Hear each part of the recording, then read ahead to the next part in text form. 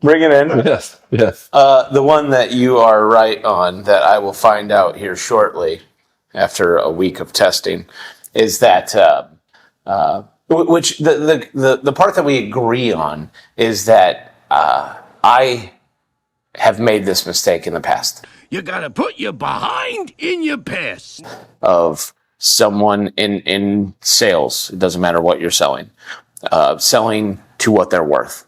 And over a period of time, if it's a short period of time, they might have their spikes or whatever, but they're going to come back to this worth level via self-sabotage or whatever, right? Yeah. So I do not disagree with that, right? Yeah. My point there is you can't get more out of somebody than they feel like they're worth. Like, I had this guy named, right? I was trying to get him to $100,000, and I was pushing. One day he comes in, he's like, I just want to make 60.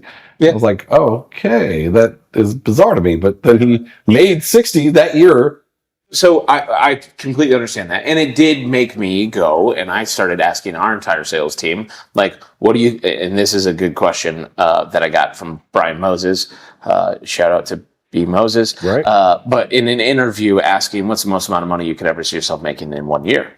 So the lowest was like $60,000. The most was $52 million. Yeah. There was multiple 50+ million people, right? Which I think is pretty intense. But I'm not going to poop on your dream because, like, that's probably what's limiting beliefs, right? Yeah. Like, you go prove me wrong on my initial thoughts. Yeah. It doesn't matter, right? But my pushback to the entire thing is that if you had 1,000 leads coming into your real estate business, you would probably have an ISA that was able to help you make sure that you were on with the right people setting appointments for you. Mm-hmm. Where the disagreement probably is that if there was an ISA setting appointments, then I wouldn't need someone else to get on to then qualify my appointments for me. That's my take on it. Yeah. But if because they're going to be trying to qualify, and the skill set of the person qualifying might not be that strong, in which case you're throwing out good people, right? And that's why I said sales prevention department. Right. Because it could be somebody, like just yesterday, we were talking to Dakota, and she was like, oh yeah, I got on the phone with this person, and he was disqualified from the platform, from the product. And I said, well, let me tell you about it. And she's like, I just kind of went into the pitch. And it turns out he wasn't actually disqualified, and he wants the thing. Yep. And, it's just a difference in the two approaches of the two salespeople that individual happened to talk to. Yeah. Which required zero skill from her, right? Yeah. Like, to be able to say a statement, have him react the way he did, which then said, I should pitch this person. Yeah. But my whole theory behind it is one that I've seen work, that we have a certain amount of leads, and then what we don't know is what's qualified. So for us, right, we want to work with a certain type of real estate agent. Yeah. So there are certain qualifications that we want to have. Do we make exceptions 100% of the time? No, but do we make exceptions sometimes? Yeah, I wasn't qualified to do anything. I wasn't qualified to buy the products that I bought. I just had a credit card and a desire, you know? And so when I think through that lens, a lot of times I'm like, well, give a person a shot, because I most of my life was because the other doors were closed because I couldn't get the shot, Yeah. And for us, we had 11,531 people request info from us last month. Right. We have like 30 people to talk to 11,531, right, which is not possible. So there's just massive inefficiencies that we have. Some people that are more experienced, better skilled, whatever it may be. So to load those people up to make them only hungry when they're like we have a 19-year-old kid who's going to make a really good amount of money, and he thinks he's vastly underpaid for his. Yeah. He's like in a 6-figure territory, first job ever. Yeah. And he's like, I'm getting the short end of the stick here. Yeah. Where's my opportunity? Right. You know what I mean? Like, how am I going to start making more? Yeah. Which is such a cool thing, right? That I don't want to say exploit, right? Yeah. But just a better word, like help put the rocket booster on to create more opportunities to where he can do that, right? Like, I remember talking to him about what it was, and he was like, I'm going to double my production, right? Like, and if he believes that, I know that it's possible, right? So it does require it to be with the right people. Like, otherwise, I think that you are 100% on. Yeah. So you want to put a qualifier on these leads, somebody to call them after they've already had an appointment set with us to determine whether or not this individual should talk with them. And my pushback is like, it seems like a waste of time and money to me. And generally speaking, what I've seen in the past is it just makes for a lazier salesperson. I mean, you were the one who gave the term baby bird syndrome, right? Yeah, where they just sit there with their mouth open and wait for us to drop something in. Yeah. And so I'm like, why are you doing more of that? We already created the monster. We might as well make them a gangster baby bird. So hold on, yeah. real quick. The other part of this is that, just so you know, for real, it has nothing to do with calling the people that already set appointments. It's calling through our people that have missed their appointments, that otherwise go to our newer people in the dialer that we're just calling on a up to random 16 basis. time basis. That is half of the people that set appointments. So of the 11,000 whatever leads, I think we set about 8,000 appointments, 8,500 appointments. So at least about half of them are going into the dialer. So it's calling all the people that have not scheduled or have not had a call yet, not people that have already scheduled and are just waiting for their call and creating an extra step in the process. Right. So it's the equivalent of Evan having a proxy into the rest of the sales team that's just calling through and not having appointments. Yeah. Just having him a proxy that's calling at all times. I know. So he doesn't lose efficiency. I'm not real bullish on it, but you know, the way that we usually handle Not real bullish on it. I'm trying to be nice. I I'm trying to be know. nice. I think it's a waste of time and money. Don't All right? sugarcoat It's a waste of time and money, damn it. But you know, I like to be wrong in those scenarios. Yeah. Because if I'm wrong, we win, right? If I'm right, I win. and I'd rather we win. Yeah. But so what we do in those scenarios is test, right? Yes. If you can afford to test, then by all means test. What do you got to lose? If you got the mental model that my dad gave me is if you got nothing to lose by trying, everything to gain if successful, by all means try. Yeah. Right? So very small to lose if we're unsuccessful, right? We'll lose a week and a phenomenal amount of money in testing and you know, if we're successful, it'll be really great. And here's a good lesson in leadership. Like, you at the end of the day have a the final say in anything, right? Sure.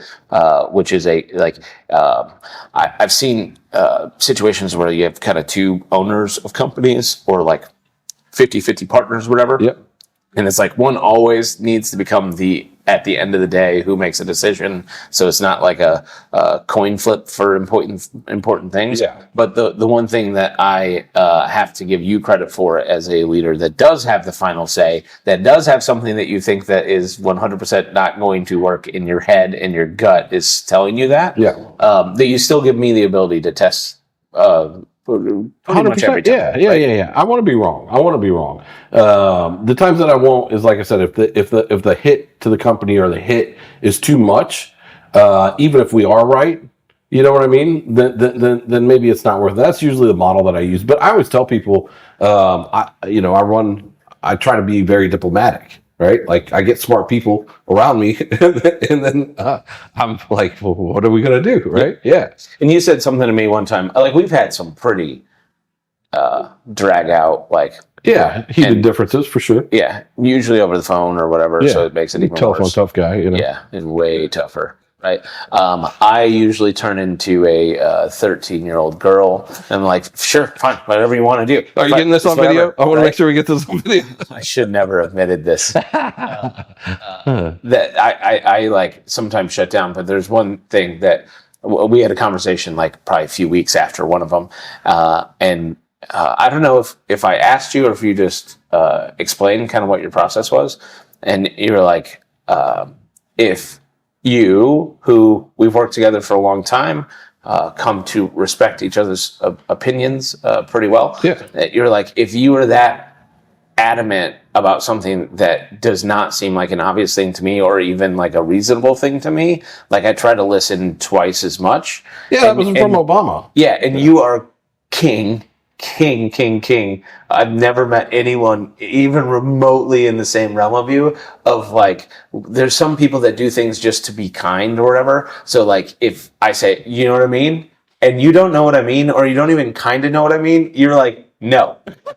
like it's just like a kind thing that sometimes people are like, yeah, but and then they'll ask like a clarifying question if they're just trying to be nice about it. Right. But you cut through that bullshit. Yeah. And I appreciate it because you're like, no. But it usually just makes me have to explain it better. And it makes me solidify my thoughts too. So I don't know if you're intentionally trying to do that. I'm not. But it helps I'm on not the other that side. strategic. Yeah. No, I'm just trying to understand. That's the thing. Because I think a lot of times that's the breakdown in communication in business is not understanding. Yes. You know? Yeah. And you're a smart guy. You're not going to do dumb things, you know? And hopefully I don't do dumb things. Yeah. Sometimes I do. Well, and if one of us pushes back, like it's interesting to see how willing we are to die on the mountain. Right. Because like there's some times where it's like a little bit of pushback, and then the other one will be like, whatever. Yeah. Right? And it'll be like, okay, you didn't care that much, right? It was just like a flash in the pan, or like other conversations that was like, dude, will you clarify with? Like I had one conversation with you, and then you ran with it. Yeah. Like that, we were in the idea tree. You know what I mean? Like the tree of trust. I didn't think that was going to be. Well, that's a big life lesson for me with sales in general. Like if you throw something out there, just an idea, they're going to run with it. You know, you got to be very guarded and careful. I had a business partnership, and it was the same thing. You know, like I even told him, I was like, hey, we're going to have a lot of conversations. Some of them are going to be over drinks. Doesn't mean we have an agreement, right? We're just brainstorming, spitballing, trying to figure it out. And so when you want to have an agreement, the best way to solidify that is to put it in writing. So we write, so we don't have to remember, you know, and we don't do enough of that here.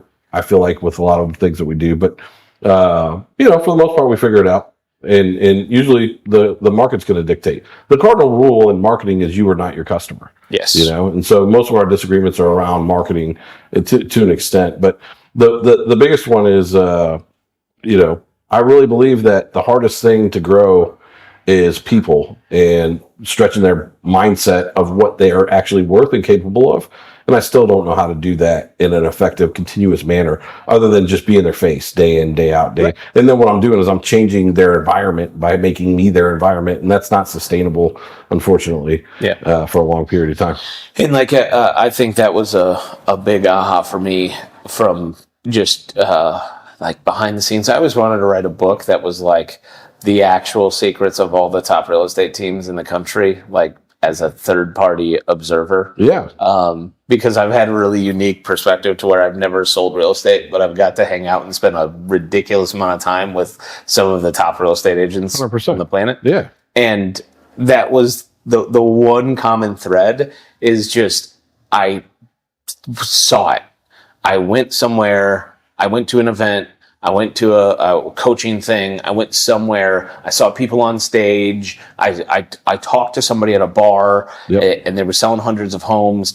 And like there was no one to tell me that I couldn't do it. Right? Yeah. Like some people probably would have called me stupid to think that I could sell 200 homes a year. Right? If I said my goal out loud to other agents in the office, they would have probably made fun of me and been like, "You're never going to do that, kid." Right? But for the most part, they were all relatively younger. And just kind of naive to the fact that real estate's not going to beat them down, and they can do it because these other people have done it too.